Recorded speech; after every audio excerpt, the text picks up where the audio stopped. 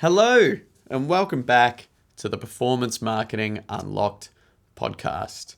We've got an exciting episode of the show for you. It's very timely. I'm joined by PMW's editor, Robin Langford, to talk all about the upcoming Black Friday and Cyber Monday weekend. It's less than 24 hours until kickoff. It's the biggest sales event of the year, and it really puts an exclamation point on the importance of the golden quarter for marketers. So Robin and I talk all about the predictions the experts have had, what the data's saying. Is it going to be a big booming year, or is it going to be a bit of a flop? You'll have to wait and see. But we talk all things Black Friday and Cyber Monday weekend, and we offer a little taste for some of our coverage that will be coming in the wake of the event too. So you've got all that to look forward to and more on this episode of the Performance Marketing Unlocked podcast. As always, time to sit back, relax, and enjoy. Robin, hello, and welcome back to the Performance Marketing Unlocked studio. Nice to have you for another editorial ep. Thank you, Joe. Good to be here. Now it's happy Black Friday Eve to those who celebrate. We are less than 24 hours before the official kickoff of the Black Friday Cyber Monday weekend, but I do feel like it becomes longer and longer each and every year. Yeah, I think like even Amazon isn't hiding anymore. It calls it a Black Friday week really now. So it's long gone past its post Thanksgiving Day traditions in America just to become this weekly sales event. I can't help but think I really want this trend to happen with Christmas instead of maybe just one day a year. Why don't we just make Christmas a week as well? Or at the very least, we can have Christmas Eve. We can that little gap between Christmas and New Year's. Just make it more Christmas. It's got a name though, Crimbo Limbo. Crimbo Limbo. Yeah, but it's not more Christmas. I'm not getting any more gifts then, am I? Yeah. I don't really know where to carry that on, Joe. We've had an expansion of Black Friday. I'm out here looking for the expansion of Christmas. I wonder what we're going to get first. Yes, so obviously Black Friday, it is the sales event of certainly of Q4 and maybe the year. Luke Forshaw, the head of brand of marketing at Backmarket, in an interview I did with him earlier this year, described it as fundamental to their success every year and called it the biggest sales day of the year without a doubt. How do you think, Robin, from what you've seen in the industry and who you've spoken to, how do you think they're feeling heading into Black Friday 2025? Yeah, I mean, it's a bit muted this year, definitely. We've had another tough year. I think it's been quite a while since we've actually had a strong year for the economy in the UK. So every year we kind of talk about tightening purse strings and stuff, but people use things like big sales events to sort of capitalise on that and get more from their money. So brands are very aware of that. From their side, it's like, do you squeeze the margins by cutting so deeply, or do you try and use more smart sales tactics and stuff? And for performance marketers, I think Black Friday really is the sort of sharp end of it, because all year round you kind of do that warm, gooey brand marketing, get people primed, and then suddenly you hit them with these sales discounts or sort of incentives and stuff. And this is really where you get down to the sort of e-commerce marketing, the search marketing, the getting those deals in there. But it's that tricky sort of how far do you discount versus how far you can sort of use that data in sort of better ways, give people tailored deals, bundles and stuff that might sort of not cut those margins quite as much for those brands. You said slightly muted, and I think I agree that definitely there's been a lot of talk about whether or not this is going to deliver the Black Friday that marketers hope and maybe need. I was certainly skeptical. I published a feature at the beginning of Q4 titled something along the lines of, "Are we headed for another peak season flop?" And that was just based on some of the early returns and some of the research we'd seen. This was from YouGov.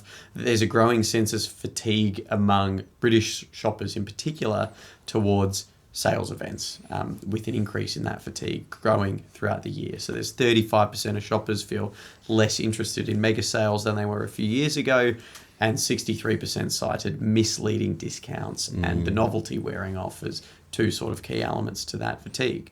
But then there's light at the end of the tunnel, fortunately for some marketers, because there was some research that came out recently from Voucher Codes, which we published, that's forecasting £3.36 billion in spend from UK consumers this Black Friday, which would actually be indicative of 5.7% year-on-year growth. So there's definitely mixed expectations in terms of whether or not this will deliver. Yeah, I think certainly what's happened is people are getting more savvy towards these sort of sales and things. I think also people feel they can make their money stretch further, and they're quite. I think one thing I noticed, like on Amazon, for example, recently they've got their new ruthless shopping system, which will show you how much the deals are now compared to 30 days ago, and then a 90-day. Because I think people are quite cynical now. Like with Black Friday, I think actually, is this really a sale? Or are they just am I falling for the Black Friday kind of marketing here? So they're getting quite transparent. I think in some of these big retailers are trying to counter this sort of fatigue that you're talking about, Joe, by saying, actually, you can check out whether this deal actually is the lowest it's been in 30 days or 90 days here, and I think that's part of what they're trying to do. It's definitely interesting because for our own retail playbook that we did, where we predicted some of these things 2 months ago, it's quite interesting to see some of these things play out already in real time. How have our predictions been faring? I'm pretty good actually. There's one I noticed because I just looked back on it for this very podcast. I looked back on some of these things. Gillian McPherson, who's at Epsilon, she's been doing research, and she said that look out for things like catalogues, good old-fashioned catalogues and things coming in the post, because that's one way of reaching people above the noise. Because it's a bit like, to quote someone else from our retail part, Amy Wright from Automated Creative, it's like shouting in a football stadium now for Black Friday. Black Friday deals here, there. If you do something out of the ordinary, like send someone a personalised postcard, which is what she said her Gen X daughter saw for a local store opening, they think that's super cool because you're actually much more likely to see something comes to your doorstep on your doorstep. Feels like a bit more effort's gone to it. Feels a bit more personal. And prediction-wise, lo and behold, I got a catalogue from Amazon through a few days ago for their Christmas shopping for toys and things like that for nephews and things. They were way off though because I don't have anyone to buy that for. But still good play, Amazon, good try. But yeah, I do notice people are trying to go back to some of these older school methods because not everyone's thinking about sort of direct mail anymore. The return of sampling we spoke about with Matt Huntley on the most recent podcast episode. You can go listen to that now. Is all about how sampling has tried to modernise for the digital first era, and it can be a real key part of a Black Friday strategy, because a great way to break out from the noise and an oversaturated space is if someone's tried a product already and they know they like it, then they're more inclined to buy it as opposed to a competitor. So there's a few things to consider there. But there's definitely two schools of thought. There's the discounts and just cutting as many prices as possible in order to drive as many short-term sales as you can, hit all of your Q4 KPIs. And then there's this slightly more strategic school of thought in terms of how marketers can approach Black Friday, being look at it as a chance to win over new business and generate long-term loyalty by focusing on things like personalization and beginning to build a relationship with consumers. No matter which way you frame it, certainly there's pressure to deliver one way or another, and marketers need to perform. But there's a real interesting part of this Black Friday that makes it different to this time last year, and you touched on it there briefly when you mentioned Amazon Rufus, and it's the presence of AI agents and shopping assistants. It's more or less the first real litmus test for how these agentic agents and shopping assistants, as I said there, how they work at big sales events, and are they going to help consumers as much as they're intended to, and what kind of impact is that going to have on brands and advertisers? Yeah, I mean, I think ChatGPT came on the scene in 2022, and it's been sort of growing, and people have been slowly using LLMs more in their day-to-day lives. But I feel like this year feels like that kind of turning point that sort of tipping point where perhaps even a majority of consumers might. We've got the research, I'm sure you've got it, Joe, where more consumers than not are consulting some sort of LLM during their shopping journey. And Christmas might be the time to be doing that. This might be the first time for some people not everyone's a super online user that's using it for everything they're buying, but they might be encountering actually, this AI agent or LLM, ChatGPT or whatever exists on Amazon or any other site, it's actually really useful. It actually is a much better way to tailor my experience. It can show you upcoming deals, compare things in a way comparison sites can't, for example, in a much more personalised and granular level. So I feel like, this might be the tipping point this Christmas to really see whether, it might sort of change marketers' outlook for 2026, really. I have done my due diligence and I do have the data at hand, but you are correct, Robin. More than a majority, according to research, so 62% of global shoppers now use AI chatbots as part of the shopping experience, which is an enormous amount. I mean, that's a majority right there. And crucially for Black Friday here in the UK, 57% of Brits use ChatGPT for product searches. And this has nothing to do with Black Friday. This is independent of the sales season. It's just for their shopping in general. We both have been using it for our own experience, and maybe that's where we can start. How have you been using AI in your preparations for Black Friday? We're both consumers. We're both going to be spending this holiday season and trying to get the most bang for our buck. What have you been doing in preparation? Well, I'm always aware, the one rule in marketing is you are not the customer. So you're always kind of aware that we might be super users in these things because we literally talk about it for our jobs. But yeah, I've been using things like some LLMs, various kinds, because I like to try different things, to predict Black Friday sales as well. So I'm wondering if other shoppers are doing that, because you want to sort of see, actually, I want to buy this large ticket item. And actually large ticket items are the big things for Black Friday, more so than food or because you can make the bigger savings with them, basically. Electronics, exactly. things like that are really popular. And you can, unlike what you'd be able to do with Google in the past, you can ask an LLM, was this on sale last Black Friday? What was the discount? And can you predict the trend for if it would be under the same discount this year or deeper?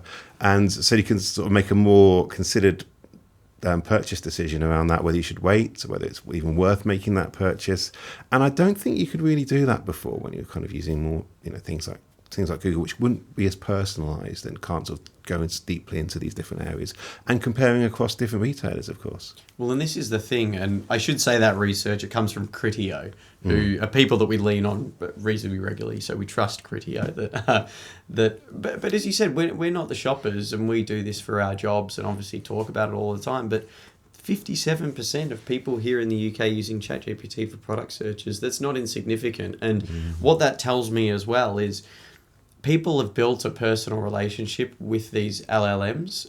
But specifically, I think about Gemini, and I have an account with Gemini and ChatGPT. I'm not married to any LLM, but I use a few and have accounts with them so that they can remember the searches I've done previously. And that agentic element, and it's what Rufus has recently been able to do as well, and start building up a bit of a profile for each person.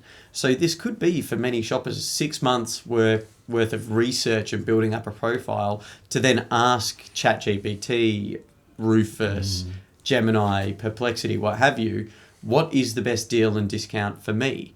And that's something I've been doing, is I've been putting all of my presuppositions into these LLMs, and then I've been saying, can you make price comparisons and product comparisons for me?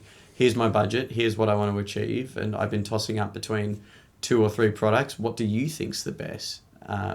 Or is there something I'm missing altogether? You can ask these questions, and from what I've been getting, you can get some pretty reasonable responses. And the conundrum then for brands and advertisers is, how do you get seen in those places? And it becomes a much more narrow thing. It's less about bidding on keywords and stuff like that, and being part of more conversational stuff, which is what Google AI Mode is all about, saying, actually, if you want to appear high, you should be able to be an answer to a question, be in that sort of area. GEO, yes, exactly. I mean, it's not a million miles away from good SEO practice, to be fair, but I mean, that's why interest around social media like Reddit is becoming much a bigger thing, because more social advocacy, that kind of stuff, as opposed to just user-generated recommendations seem to be carrying much more weight. So brands should be on those platforms, getting in those conversations, and being more sort of naturally. I think being an authority helps, and being seen as a leader, being able to sort of have a high level of quality and recommendations from people works really well. This episode of the Performance Marketing Unlocked podcast is sponsored by MediaHawk. Are you struggling to connect online and offline customer journeys? You're not alone. Many marketers miss valuable insights because they can't track what happens before a customer calls, while they're on the phone, or after the conversation ends. MediaHawk's call tracking and marketing analytics platform connects every customer interaction, every call, click, and conversion, giving you a complete view of what's driving leads and sales. With deeper insight into online and offline touchpoints, you can optimize spend and maximize ROI. In fact, brands using MediaHawk have saved 22% on their Google ad spend and achieved up to a 300% inquiry uplift. See what MediaHawk can do for you at mediahawk.co.uk/PMW. The issue is obviously the risk versus reward. When it comes to times like these, we've mentioned these good alternatives of, optimize around AI and make sure that there's decision paralysis among consumers this time of year. So if a chatbot's going to tell them this is the best deal, they're going to be inclined to believe it. So you want to show up in those citations. Equally, direct mail could be a really cool, fun way to expose yourself to a new audience and expose your brand to that audience for the first time and build a really good relationship. Likewise, this is the time of year that loyalty programs, you can really capitalize on those. People might have banked points. You might be able to offer personalized discounts to some of your people. But all this requires investment ahead of time. And sometimes the safest thing to do is just pour a lot of your budget into some good old-fashioned search marketing and also filter it all over to Google, and slash your price and hope for the best. Yeah, and sacrifice some of your margins by going for the deepest discount over everyone else, and that's not always going to help you in the long run with your bottom line. But yeah, your point about decision paralysis is really important, because I think we've got more choices, more channels than ever before, more products than ever before, quite frankly. So it's interesting. We were talking before the podcast about that, like, is AI replacing the person you talk to, or the parents you meet at after your school? When you're on the school run and you chat and say, what are you buying? What car are you getting? What TV have you got?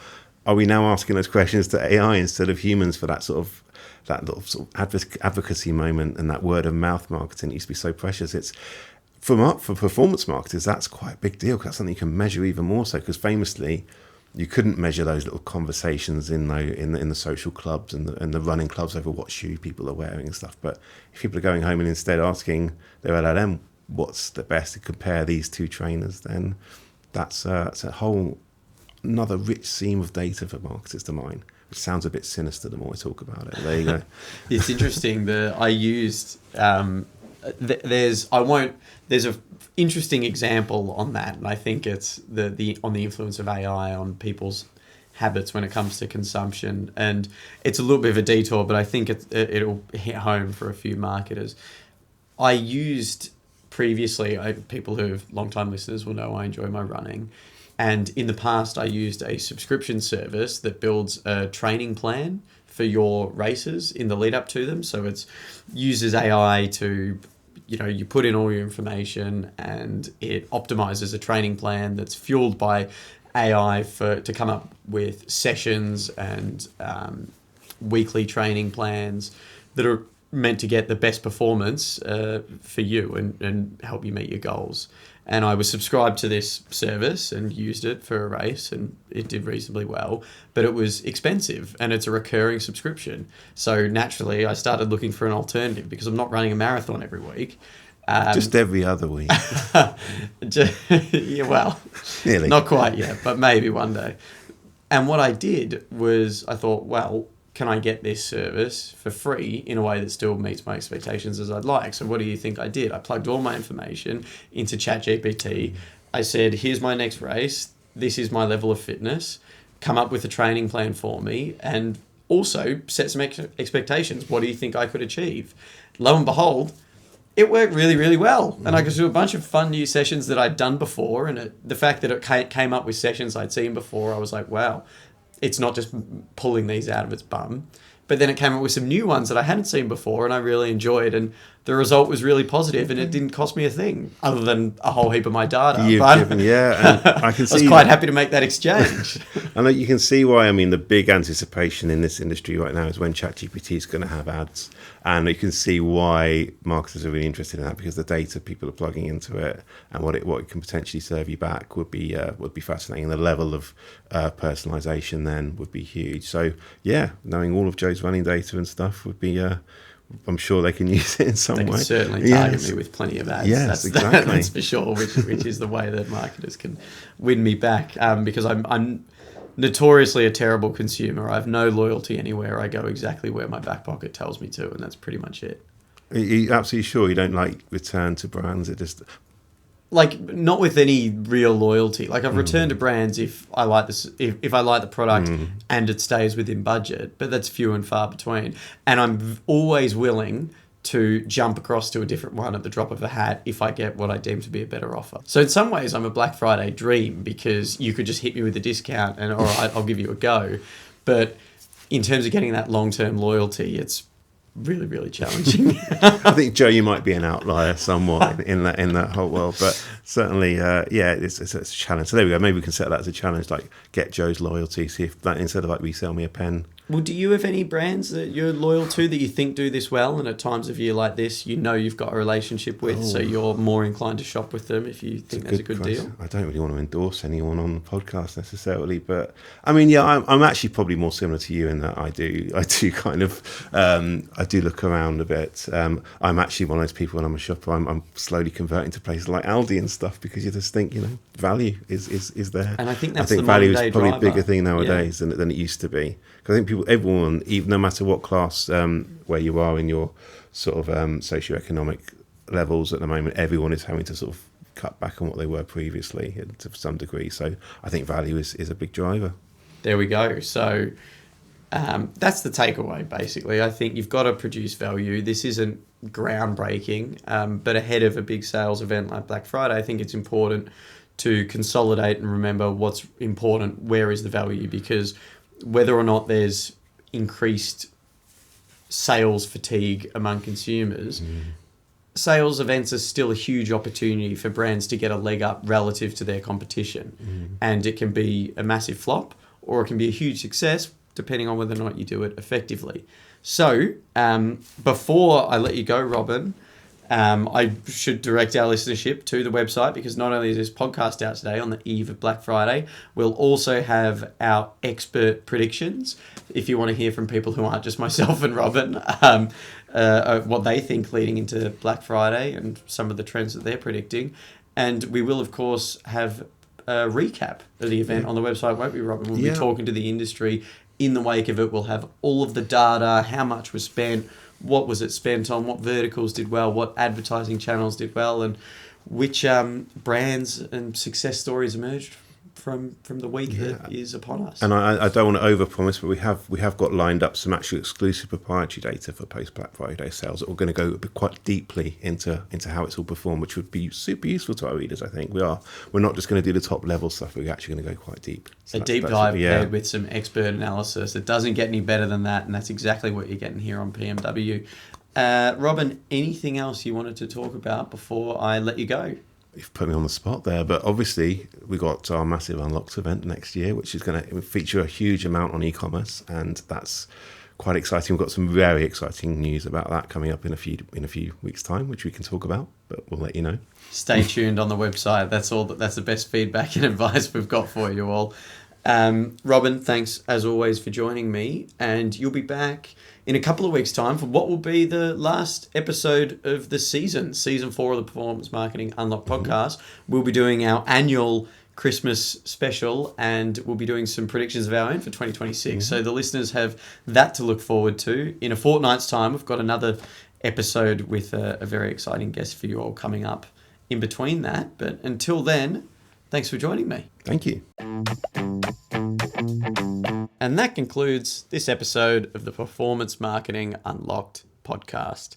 A big thank you to my guest this week, PMW's editor, Robin Langford, for joining me to talk all things Black Friday and Cyber Monday weekend. Best of luck to all you marketers and advertisers out there listening. I hope you heeded our advice and we've offered you some help, some solace, relieved some anxieties, or given you some ideas. And ultimately, I hope that the big sales event and the big sales season in general delivers for all of you, and you can get fickle consumers like myself and Robin spending. Thanks, as always, to you listeners for tuning in each and every week as you do. If you haven't already, can I kindly ask that you subscribe to the show on your podcast platform of choice and find us over on social media. We're on LinkedIn, TikTok, and YouTube, as well as on the website, posting some clips, highlights, and full episodes if you'd prefer to watch them rather than just listen. So make sure you go and find all that good stuff over there. We will be back, as always, in a week's time with another episode of the Performance Marketing Unlocked podcast. Until then, have an amazing week, and you'll be hearing from me again very shortly. Bye for now.